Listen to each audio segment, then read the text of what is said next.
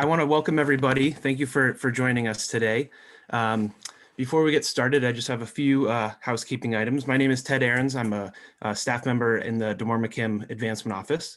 I just want to thank my colleagues Abigail Smith and Diana Bronchuk for their leadership in helping us put this together today, as well as our partners at Northeastern's Women Who Empower initiative for co-branding this session with the business school. We're really fortunate to have Professor Caligiuri with us today. Just so you're aware, as you saw when you joined, this session will be recorded. And then throughout the session, please feel free to type your comments and questions in the chat feature at the bottom center of your screen, and we'll try to get to as many as we can. Lastly, please know that my team and I stand by as a resource, a liaison to you going forward, should you want to continue to deepen your engagement with your alma mater in ways that are meaningful to you. This could take the form of a co-op, mentorship opportunities, philanthropic opportunities, just to name a few. And I welcome the chance to connect with you in the near future. Now, our speaker today is Professor Paula Caligiuri, Distinguished Professor of International Business and Strategy at DeMore McKim School of Business.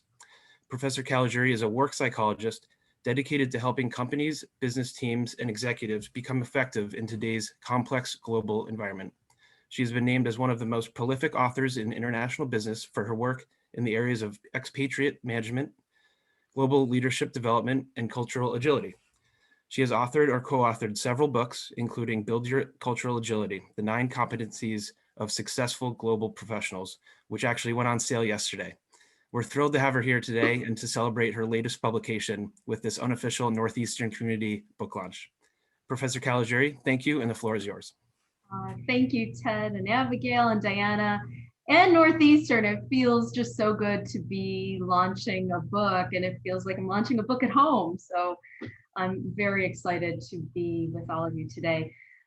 Cultural agility is a fun topic. It's an important one right now, and it doesn't necessarily mean we're getting on planes. So certainly with COVID, no one's getting on a plane, but it's a competency, and it's a critical one. This is the competency that we need whenever we're thinking about working in a multicultural context, an international context. Cultural agility is that ability to quickly, comfortably, and effectively work in different countries and with people from different cultures. It is needed every time, human to human, we need to establish trust, credibility, collaborate, communicate. Cultural agility is a really critical competence. But overall, as a planet, we're bad at it. We're really bad at it. When DDI did a study a few years ago, and they asked 13,000 professionals around the world to rate a long series of competencies, to self-rate their competencies. There were only 3 that had any multicultural dimension, and they were the 3 that were rated as the worst. So that, integrating oneself in a foreign environment, intercultural communication, leading across countries and cultures. We're not good at this. We're not naturally good at this. So we say, okay, well, that's the older generation. The younger generation has got to be good at this. They've got to have cultural agility. Turns out, not exactly the case. So when this study was done by the National Associations of Colleges and Employers, and asking students upon graduation to, again, self-rate them on their own critical competencies or exit competencies, the one they self-rated as the one they do least well mirrors the professional sample. So cultural agility is the one that they, even how multicultural all of our campuses are, how many times we work on multicultural teams, how many international assignments or international opportunities we have, we're still pretty bad at it. And students think we're pretty bad at it. And actually, I thought this was kind of interesting.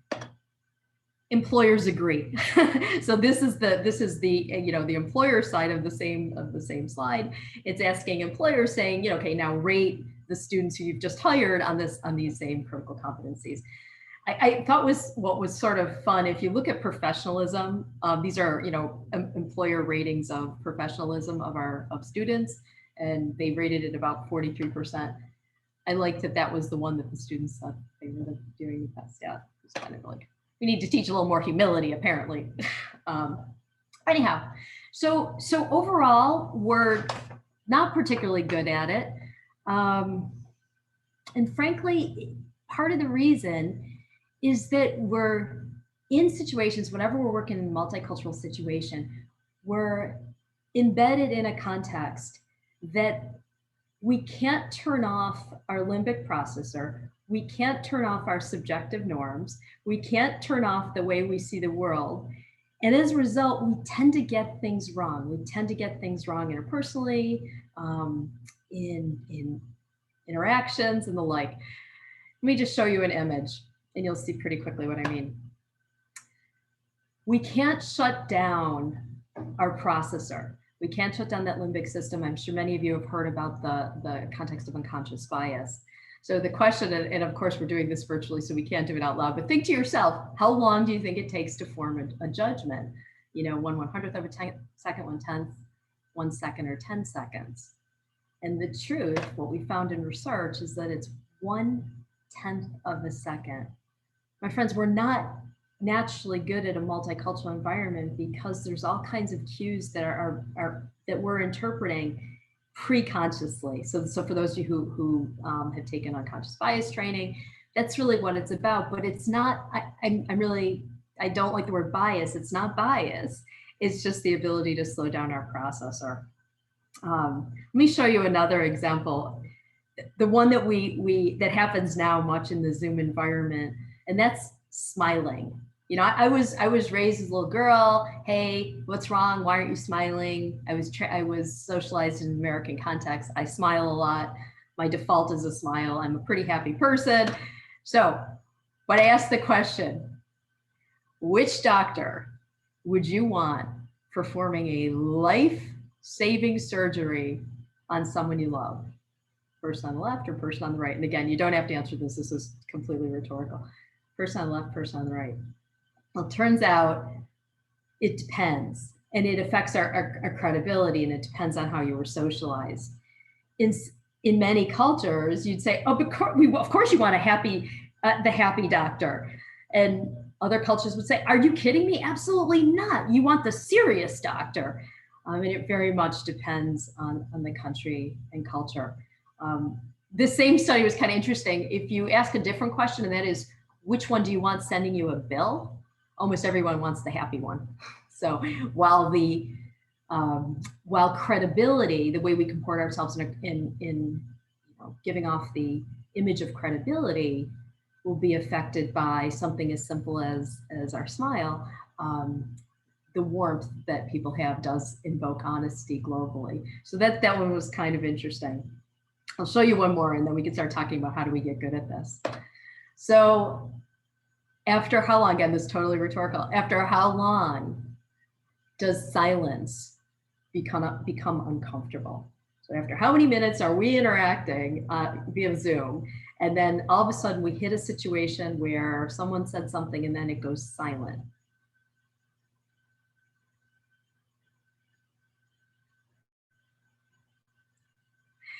So this one, it's a trick question because across the board, the answer is, of course, it depends. In some cases, silence is interpreted as, someone's disinterested, not engaged, their computer froze, something. In others, silence is 100% used for showing that you are engaged, showing that you're really taking this seriously and you're thinking about it. So just in the situations that I gave you, imagine we're on these Zoom calls, we're in a multicultural environment, the perception of kind of how one looks, the amount of silence, how we're interpreting that, and smiles. And that was just 3 small examples, and we haven't even gotten out of our homes. We're just in a Zoom context. So it seems like, okay, great. I'm aware of these things now. Thank you very much. This should be easy. But what do we really need? And this one I always thought was kind of fun. So this is the help wanted ad of what we want when we want culturally agile professionals. We want a technical expert. We need someone who's good at what they do, right? Technical expert with the stamina of an Olympic runner, the mental agility of an Einstein, the conversational skills of a professor of languages, the detachment of a judge, the tact of a diplomat, and the perseverance of an Egyptian pyramid builder. This was from the 70s. Has been using it forever. It's kind of funny, right? Because you're like, okay, this is a bit of a tall order. I just wanted to learn the things I had to learn and then go ahead and apply it. Well, the reality is that most organizations today, most of the organizations for which you're working, are in fact doing something that looks, the help wanted ad looks a little bit more like this. Just give us your technical expertise, and hopefully you've got a decent Zoom connection. And beyond that, I'm not so worried. We'll train for everything else. And friends, that is where we're having the problem with cultural agility. The challenge with cultural agility is that most of the way we're trying to solve how to build cultural agility is through training. It's a bit like when I was in my 40s, I thought it was a great idea to try to learn how to ski. So I bought all the equipment, watched the YouTube videos. How hard can this be? Well, it's a bit like any other training. You get the equipment, you watch the videos, or you go for a lesson. That's only one piece of it, right? So that purple gear is the training piece. Important, but not enough. It's not going to move the whole development of cultural agility. What we need are competencies. So in the skiing thing, you need some.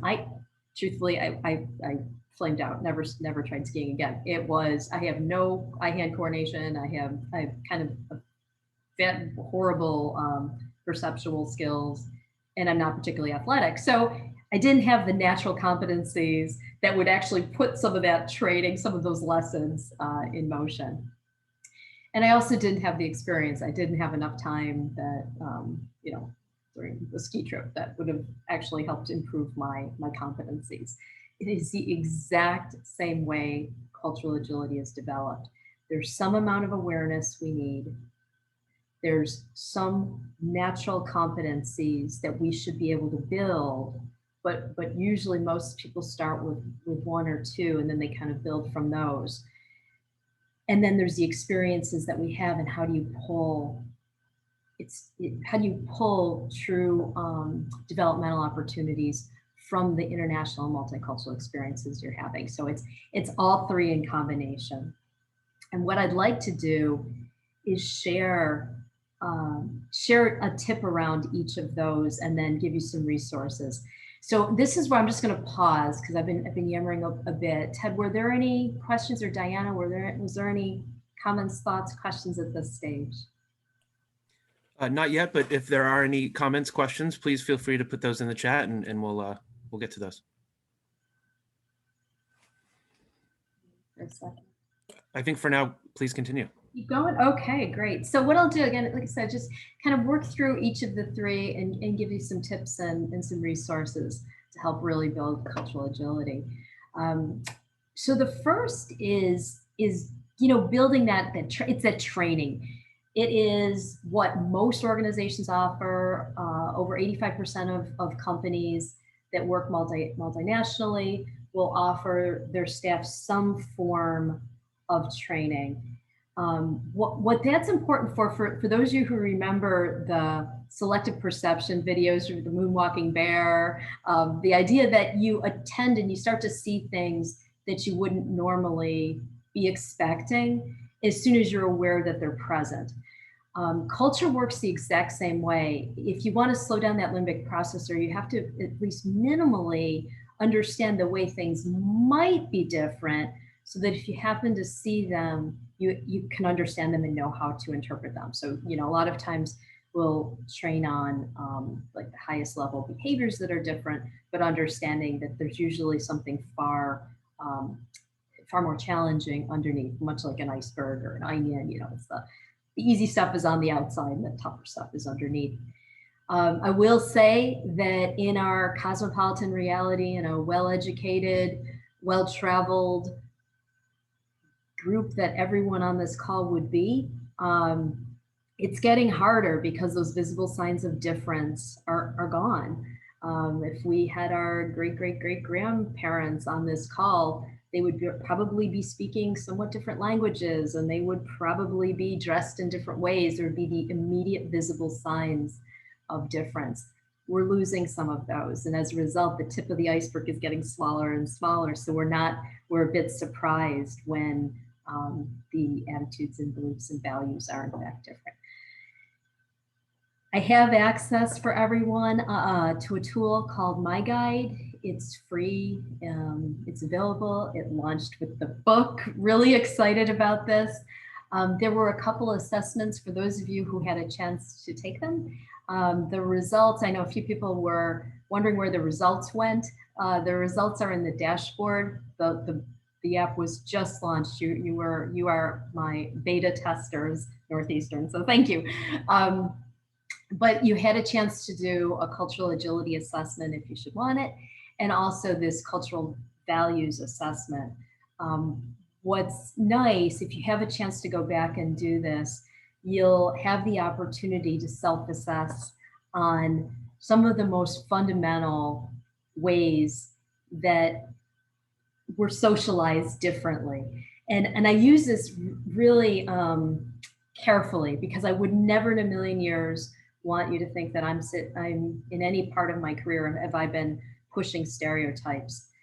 What's important for us to recognize is that the way we're socialized will affect, how we behave, which of course, but just because you're born within the boundaries of a certain country does not necessarily give you certain sets of values.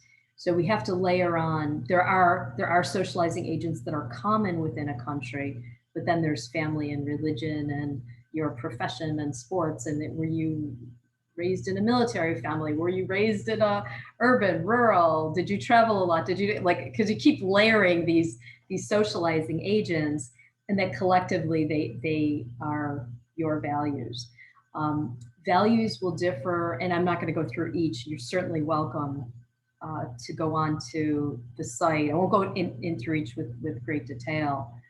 But just to highlight that hierarchy and egalitarian, we could be so comfortable as Americans with speaking truth to power, talking, calling people at a very senior level by their first names, that idea that we can share information more broadly regardless of level, that children would feel more comfortable, sort of questioning, parents' directives. All those things kind of are socialized into that hierarchy versus egalitarian. Other cultures much more have been socialized in a much more structured way. Again, there's individual differences, but what we're finding are those tendencies in different parts of the world.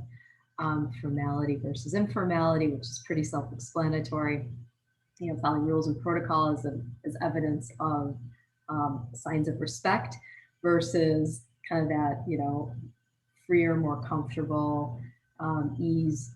And then that too would be a sign of respect that, hey, I feel comfortable enough to be informal with you. Can I tell you, this one has been my biggest challenge. When I work abroad quite a bit. I give a lot of talks abroad, and I have to actively comport myself in a way that will help me maintain credibility, because if not, my hopeless informality will get people kind of like going, what, who is she and why is she here? Why is she here? I lose credibility. So it's an understanding how you're perceived through the eyes of those who are different. Professor? Yes. We do have a question if you're ready for one. Sure. Oh, absolutely. This is your time. I'm just going to keep going until someone's sure. done. So the first question was, how do soft skills like empathy play a role in helping improve cultural awareness? Absolutely. So that's where those gears start to work together. And the very next one that we'll talk about are the competencies. Empathy, perspective taking, they're quite similar in competencies. And all of a sudden, if you have the ability to see another person's perspective, that awareness building accelerates really fast, because you're not saying, well, what difference? I don't see the difference, or oh, that can't be right. They can't possibly think that way.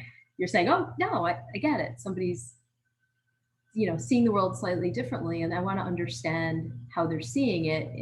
And then all of a sudden you're learning the context that you're in, and then you're successful in the context that you're in. So it's a great question. It's how those gears work together. And then just a comment too from another Stuart. Doing business with diversified cultures in the food industry for 40 years, my recommendation is to learn as much as you can about your business partners in order to comprehend the differences between their specific cultures and yours, and how to know more about them. Absolutely. That by far is the strongest recommendation we can offer. And that's, that's that building out awareness in every dimension, and the more specific it can be, the better. So not only learning about how does the, culture of the country, but culture of the country, culture of that company, culture of that particular unit you're working with, culture of the team that you'll be interacting with. Any information you can gather about the context that you're in is of course critical. And that's usually the one it's funny, is we're not great at that one, but that's the one that we're doing the best. So. Thank you. That's it for now. Okay, great. So the communication styles, direct, indirect, people who are, I miss the interpersonal, transactional, people who kind of interpersonal, you trust who you know and know well. You do business with people who are friends. Nepotism is not a bad thing. It's a good thing. Who else would you trust? Versus, transactional, give me the expert, give me the highest level knowledgeable person, because they're going to be the ones that will do the best job. And it's really quite varied in terms of, again, establishing credibility and trust and the like. Communication, some people are very direct when they speak, and it's a sign of respect. Give me feedback directly, because I know you're looking out for my development. Others, that would be inappropriate, that would be considered rude, it would be considered ill-mannered and just poor leadership if you gave someone very direct feedback. So direct versus indirect communication. People who are very direct, they have a tendency to completely ignore all of the subtle cues that indirect people are offering. The indirect folks have a tendency to overinterpret what the direct folks are saying. So we run into communication problems all the time with this one. I teach this, I study this, I've been researching this since the early 90s. And I have to tell you, I still run into this problem in places where I'm working, because you just don't necessarily know how to interpret all the cues. So if I ever see anyone out, I'd be happy to share very funny stories of times when I've completely messed up. Control versus fluid time. So for some, promptness is a sign of respect. For others, the fluidity of time is just time is fluid, and they'd be less likely to have agendas, less likely to have start stops on meetings. Hard stops won't be a thing. Conversations will go as they need to, and the like. Internal, external locus of control. This is one that Americans hold it dear. Americans, many believe you can come from anything and be anything, and we have the right to, pull ourselves up and achieve. In other cultures, it's a bit inappropriate to say, I can come from anywhere and be anything. Now that's evolving. The planet, thankfully, is evolving toward the ability that anyone can achieve anything. But I'll tell you, from a credibility perspective, for those of you who are American, this will make sense. When I introduce myself, or if somebody's asking me about my life story, my career story, if I'm in an American context, I could say, I'm a blue-collar kid from Buffalo, New York. My parents were children when they immigrated from Italy, and my dad never graduated high school. My mom did. 5 kids, we all went to college, and I ended up doing what I do. That's an American story. If I say that exact same story in many parts of the world, I lose credibility in an instant. In those cultures, I start much later in my career about where I did my PhD, blah, blah, blah. So you get the picture. So, these things matter, but sometimes because of our value structure, we went, well, that shouldn't matter. It does. The last one, status balance. This is that live to work, work to live, whether you would take it, calls and emails on vacations. This starts to get very subtle. Like as Americans, many of us are comfortable, just because you have a little bit of time on a weekend, you might send off an email to a colleague, not expecting anything. Just the act of doing that in some countries is viewed quite negatively. Because how dare you infringe on my personal time? Wait, sort of, this is where you get really good at using the, delayed send, set it for Monday at 8 a.m. kind of thing. So these are all tips, things you can build your cultural awareness on. They're important. In that app that we sent around, again, this is free. You can jump on there, you can assess your own values, then you can select a series of, I'm not sure if you can see my cursor over here, you can select a region of interest and kind of compare your cultural values to default. If you check back in a few months, this is going to start to get very specific. If you check back in about 6 months, you'll be able to set up a team and you'll be able to compare your values to your default, to your team. So it's a cool app, but it's in process.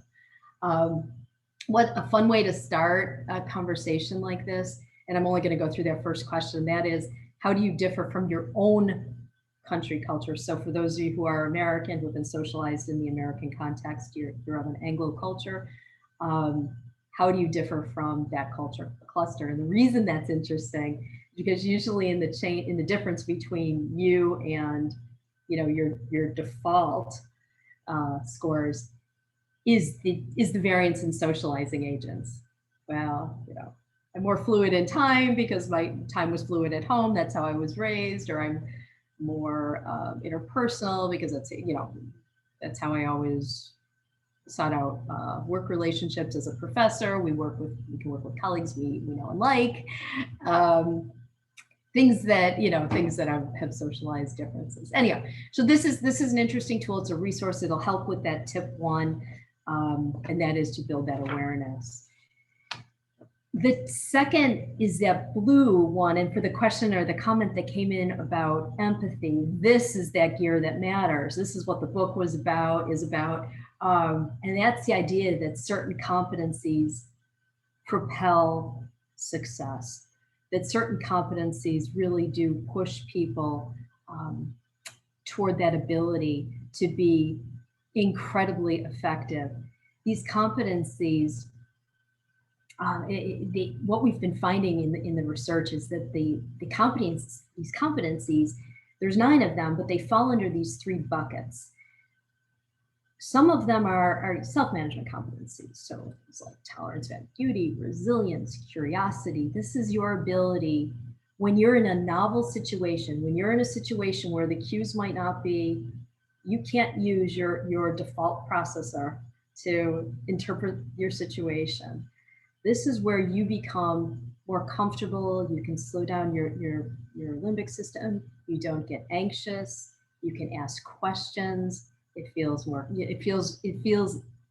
you're at ease in not knowing. You're at ease in that novelty. Very critical. They're important. They can be developed, but those are definitely ones that you want to think about. The relationship management competencies. This is what happens when you're in that environment. Your ability the empathy one, the perspective taking is critical. Humility, the ability to say, look, I'm really good at what I do.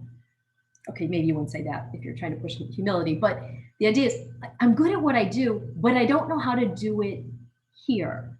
So oftentimes when I'm giving a talk at in another country, I'll speak to the people who are organizing. I'll say, look, I have this talk, this thing, I'm ready to go. But help me understand how to be successful with this audience. Here's my style. This is what Americans tend to respond to. But you tell me what works here.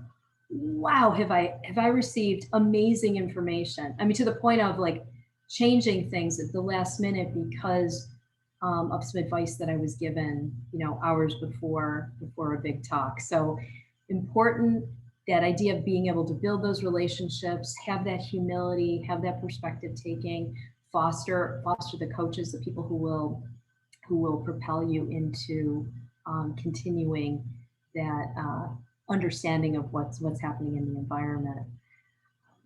The third one, these task management competencies, we just recently have done the research to uncover these. So much of what we talk about when we talk about culture is how cultural adaptability or cultural adjustment. You think about you changing yourself to the context you're in. And actually what we found was that's not exactly true, that cultural adaptability is one of 3 levers that you need to pull in order to be effective in a multicultural environment. So there are situations when cultural adaptation, that second one, is critical. Those situations, if you're doing sales or marketing or government relations, you need a lot of cultural adaptation, because the more you can comport yourself to the expectations of the other, the more you're working with their limbic system to process what you're offering, your product, your service, your whatever, to be consistent. But we also found there's situations that are critical, that are cultural, that need cultural minimizations. Cultural minimization is saying, look, I understand that this context is different, but the only way we can be effective is by maintaining a standard, and the standard is different from what's culturally the cultural norm. We see that a lot with people who are working in production, safety, any kind of oversight, risk management. We see that in ethics, some of those non-negotiables. There, the skills of the culturally agile professional are persuasion, motivation in the ways that are culturally appropriate. So different skill. The cultural integration piece, third one, is saying, okay, however many of us there are on this call, we're a team, and you know what?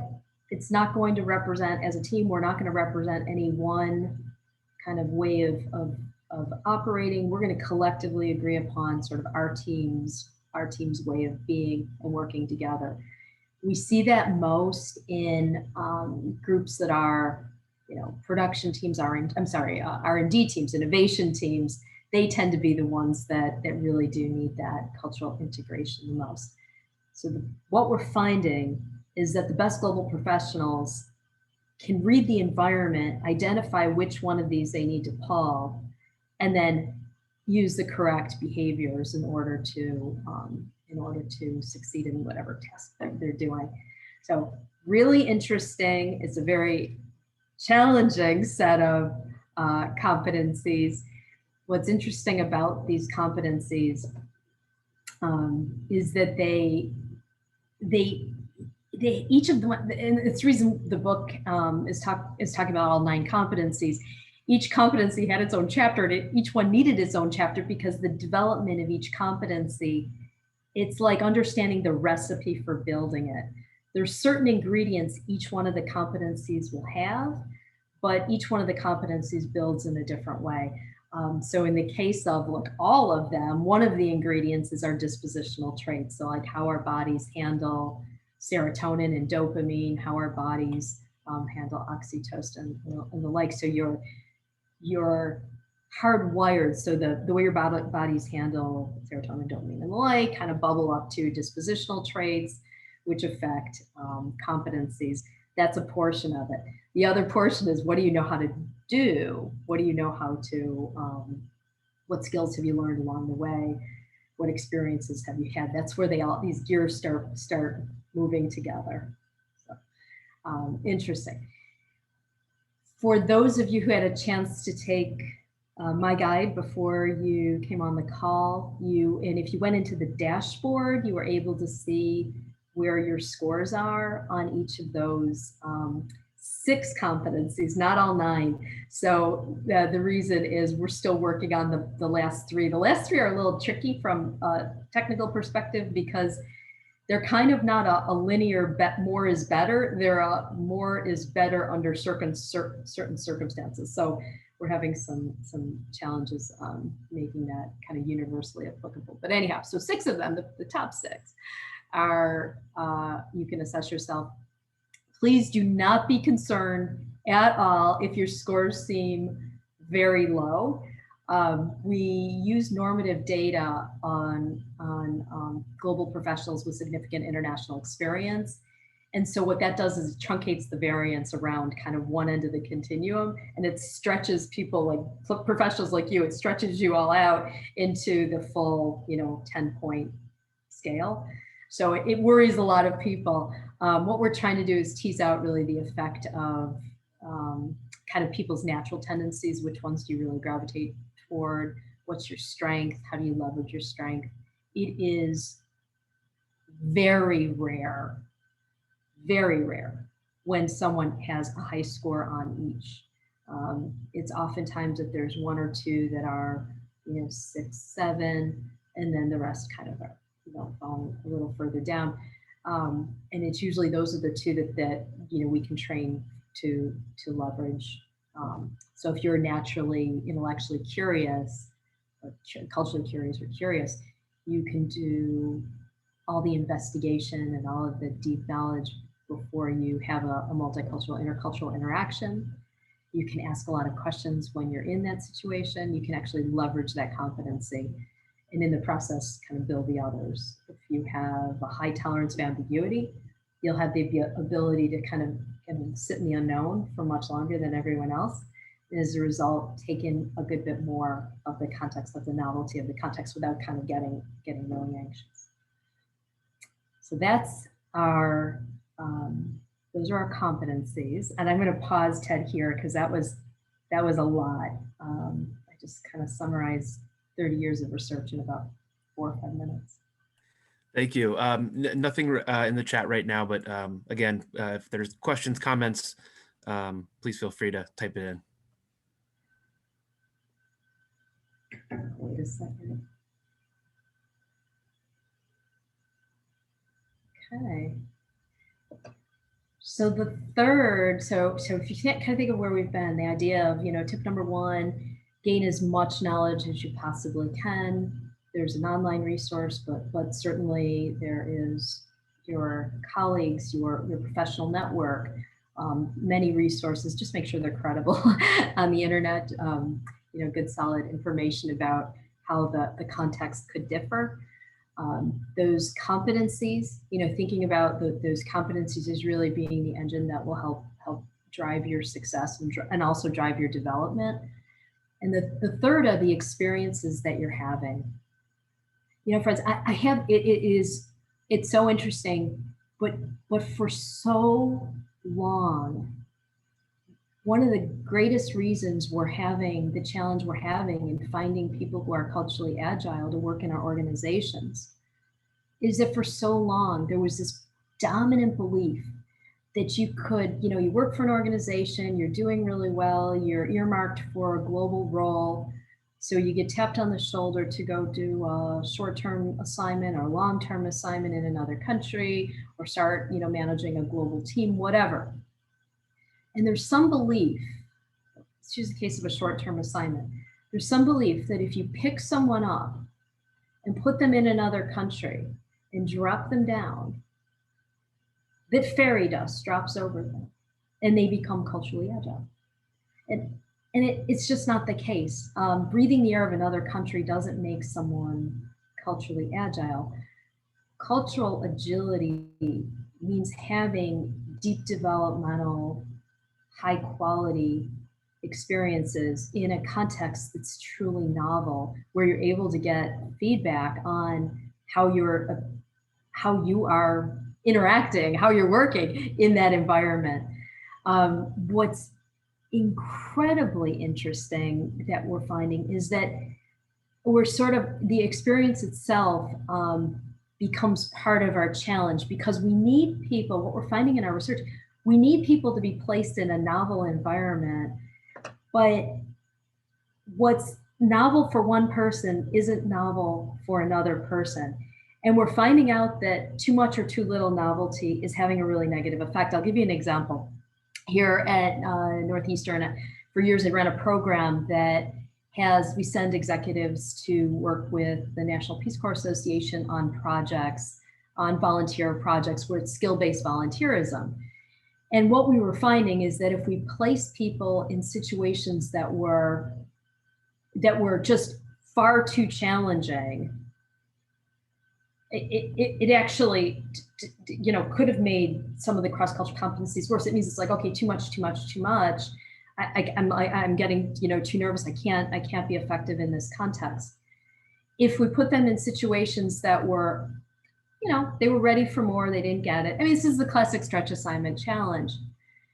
What's really interesting about this, at least what we're finding, is that when you find that right level of stretch, competencies build. The competencies build. But keep in mind what else happens when, our bodies are under stress.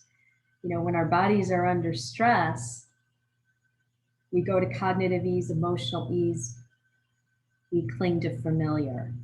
So what oftentimes happened in practice and in the research, what we would find is that when people were kind of too nervous about the situation that they were in, they went kind of to an opposite extreme and clung to anybody who was speaking their own language, or the foods that they remembered from home, or whatever, which is exactly the opposite of what you need to have happen for development.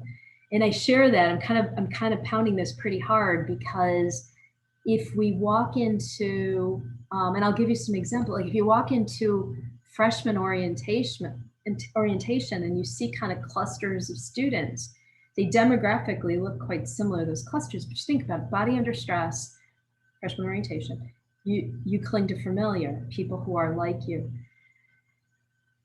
If you look at corporate expats, so it's really interesting research that shows that even if you're having a wonderful experience abroad, that your cortisol levels are higher, you're still a body under stress. You see thriving expat communities of people who are compatriots.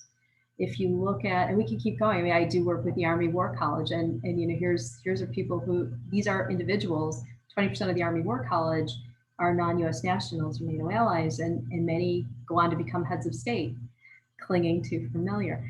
So if we can break this cycle, we actually can do really well with building cultural agility. The skill that you need to break that cycle is to very quickly help people find similarity. Because as soon as you find similarity with someone, as soon as you find that similarity, the physical demographic differences start to melt for most people. So what, I think, unfortunately, I think a lot of things that are labeled racism or xenophobia or whatever are merely sort of natural responses that can be, overcome relatively easily. So I again, sorry for belaboring this. I just want to make sure that one, that especially for those who are in corporate roles, that the context that you're in, that you place yourself in order to develop cultural agility, that it's enough of a stretch for you, that you're really kind of feeling this, a little bit of a, as soon as you get that like fish out of water feeling, you're in a good spot. But if it's too much, where you're just like, I need something familiar, then it's probably not the right spot for you. And need to work on that. Yes, sir. We have a few comments and questions, if you don't mind. Oh, sure. Great. So the first one is from Ruth. Thank you, Paula, for a very informative and interesting presentation, and many congratulations on the book. Thank you. Quick question. I realize it is unrelated, but now it seems that some challenging issues are diversity and inclusion, D&I. How can cultural agility help each of us to become more aware of D&I? Yeah, I'm getting a lot of, as you can imagine, I'm getting a lot of D&I questions these days, and I'm certainly not an expert in the traditional American definition of diversity and inclusion. I will say that my belief is that we're all humans who have a series of socializing agents. If we could change the language that we use in D&I, and this is sort of a kind of seems a little bit bizarre of an answer, but if we stop talking about kind of race, gender, all the things that we need to talk about, and we need to talk about. But if in Paula's perfect utopia, we started having conversations about socializing agents producing how we see the world, and we were comfortable having those conversations, I think we will be getting pretty far in helping people build empathy. But one thing we have to acknowledge is that we've all been socialized a certain way, and that with every one of these, sexual orientation, your gender, your generation, your pick the it, right? You keep layering those on. Those are other socializing agents that affect the way you are. If we can get comfortable talking about those, I think it'll come a long way. And what at least my perception of watching this in motion is that when we can help train people in a D&I space to find similarity first before we start talking about those socializing agents, the differences, we're in a much better place to have those conversations. My fear is that so much now is focusing on that, conscious bias training, microaggression training, which is important. But I just kind of wish there was a different order effect, that we began with, let's figure out how we're similar, and then talk about kind of brain's responses to subjective reality. And then let's talk about how behaviors manifest in ways that are perceived incorrectly. Like I want to switch the order. And we have some really cool research that we did. It was a controlled experiment with students, and found that when we matched into students and had them spend a semester, so 5 times over the course of a semester, asking each other questions. So they were pairs, asking each other questions, and then the only part of the assignment, once every time they met, so 5 times, they had to come up with what did they have in common. By the end of the semester, those who had gone through that experience compared to the control group had a much more comfortable level of integration with people from different cultures. They had a much more comfortable sense of belonging to the broader community, as opposed to sort of their isolated group. That was a long answer, but it was for me, it's important. Absolutely. Thank you. And I'll one more for now. I want to be cognizant of your presentation and time, if you don't mind. We're rolling down to. Okay. So this question is from Magda. Do people who are raised in a multicultural household or in a bilingual home have an advantage over someone else when it comes to being culturally agile? Thanks, Magda. Yes, in fact, that's what one of our research studies found, was that the way the question was worded, it's like not sharing nationality with either your mother or father, or neither. So in other words, having a situation where parents from one country, you're raised in a different one, or where you're speaking a language at home and a different language as soon as you walk out the door. I was raised in a very, very homogenized kind of white neighborhood. But there were, my mom and dad were raised Southern Italian. My grandparents only spoke Italian. Behind our closed doors, everybody was kind of tactile and talking all over each other and, whatever. As soon as we walked out the door, you had to behave in a different way. But if you think about that ability to keep kind of going in and out of those cultures, it makes people functionally bicultural, so they can actually use different parts of their brain. That's true with multilingual people who have been multilingual since they were children. Fascinating research in this. For instance, if you show, you remember those images that were, a single image, but if you look at it one way, it looks like an old woman. If you look at it another way, it looks like a young woman, or a duck or a rabbit. It's the same image. Children who are like 5, 6, 7, 8 years old, who are multilingual, can quickly see multiple images. Monolingual children have a very hard time. Fast forward, those bilingual, multilingual children become professionals.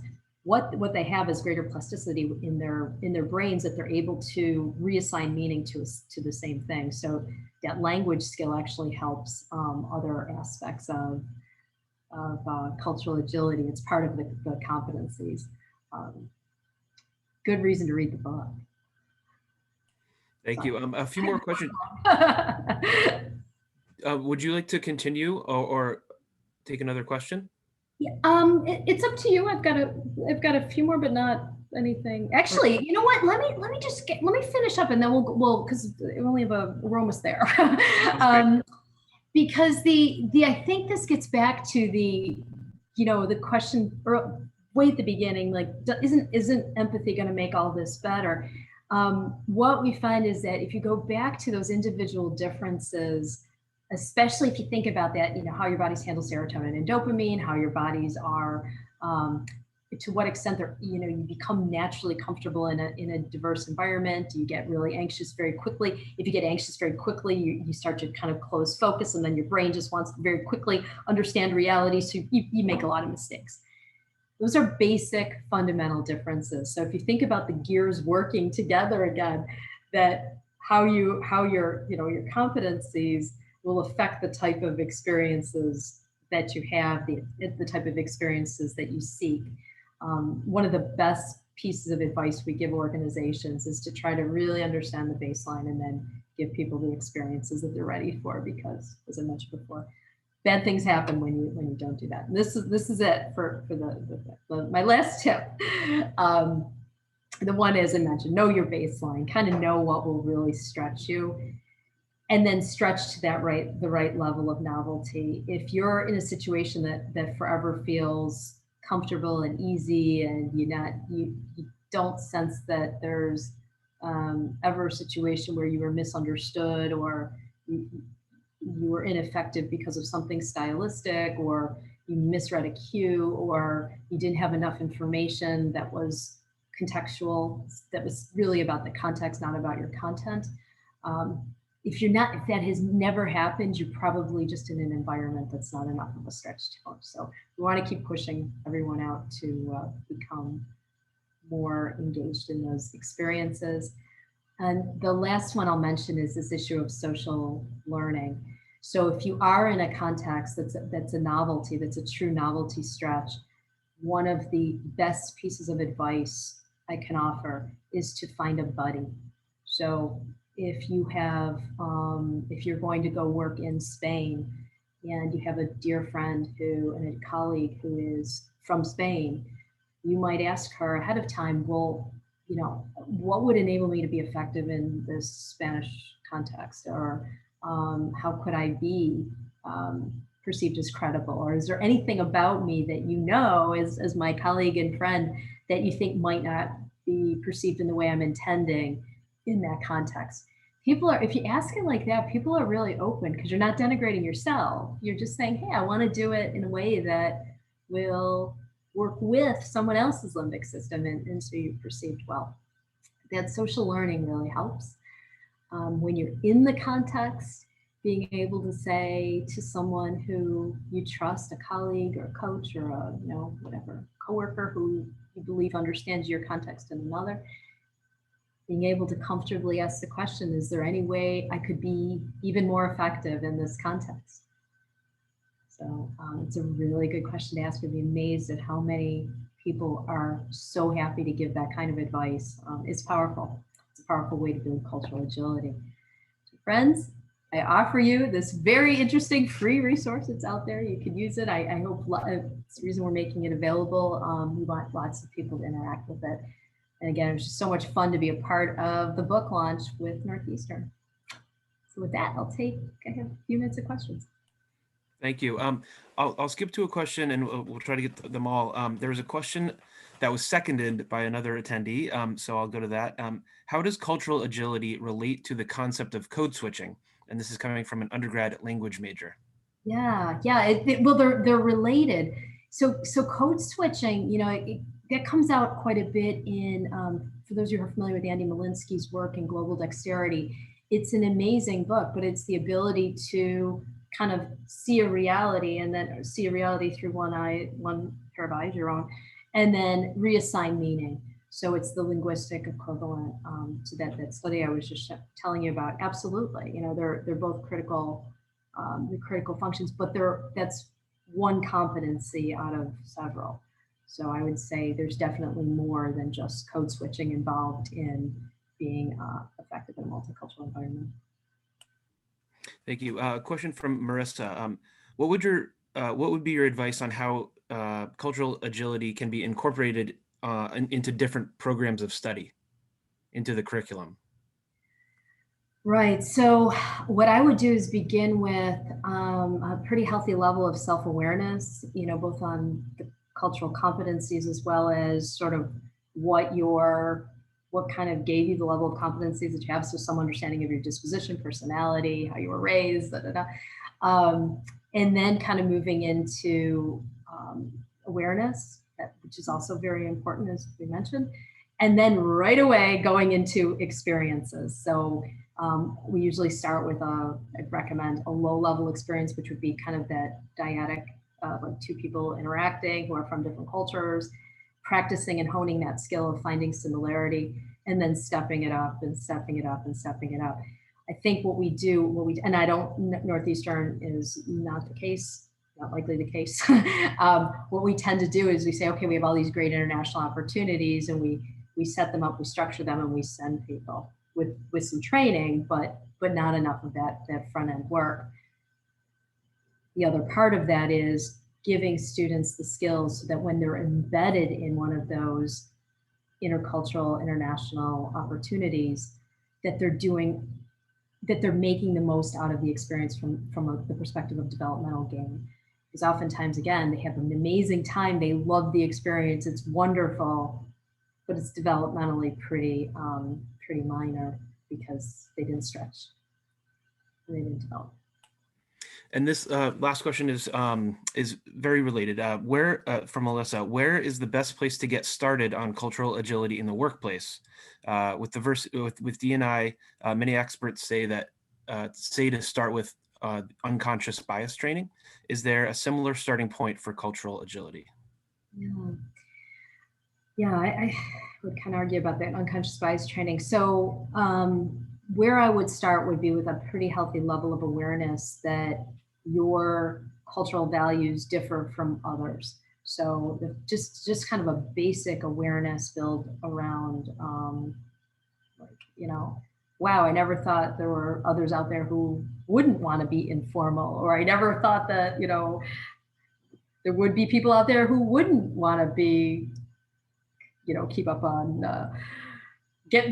work while they were on vacation because they wouldn't want to have so much to do at home. All these kinds of things that are, every time we assume something, it means that we probably need to be becoming aware that people are socialized to value things differently, and then kind of move from there. But I really would love us all to be starting from that skill of being able to quickly find similarity, whether it's, raising teenagers, having elderly parents, being in the same accounting class, whatever it is, whatever you find on similarity and you can really relate to, we tend to melt those differences. All right, well, thank you so much, Professor, and thank you all for joining. We are seeing so much love in the chat for this fantastic presentation and workshop, and truly we could be here for another few hours just discussing this topic, but luckily, Professor Paula has written this fantastic book that was just launched yesterday, so please support our fantastic faculty member and support yourself by diving into this even more. Take those free assessments, and we thank you again. You'll be seeing an email shortly with a feedback survey. We appreciate your opinions for us to improve future events, and you'll also know that we'll be posting the recording of this event onto our YouTube channel within the next few business days. Thank you again, Professor. Oh, you're welcome. It's a pleasure to do this. Thank you. Thank you. Thanks all. Thanks for coming. Bye. Bye.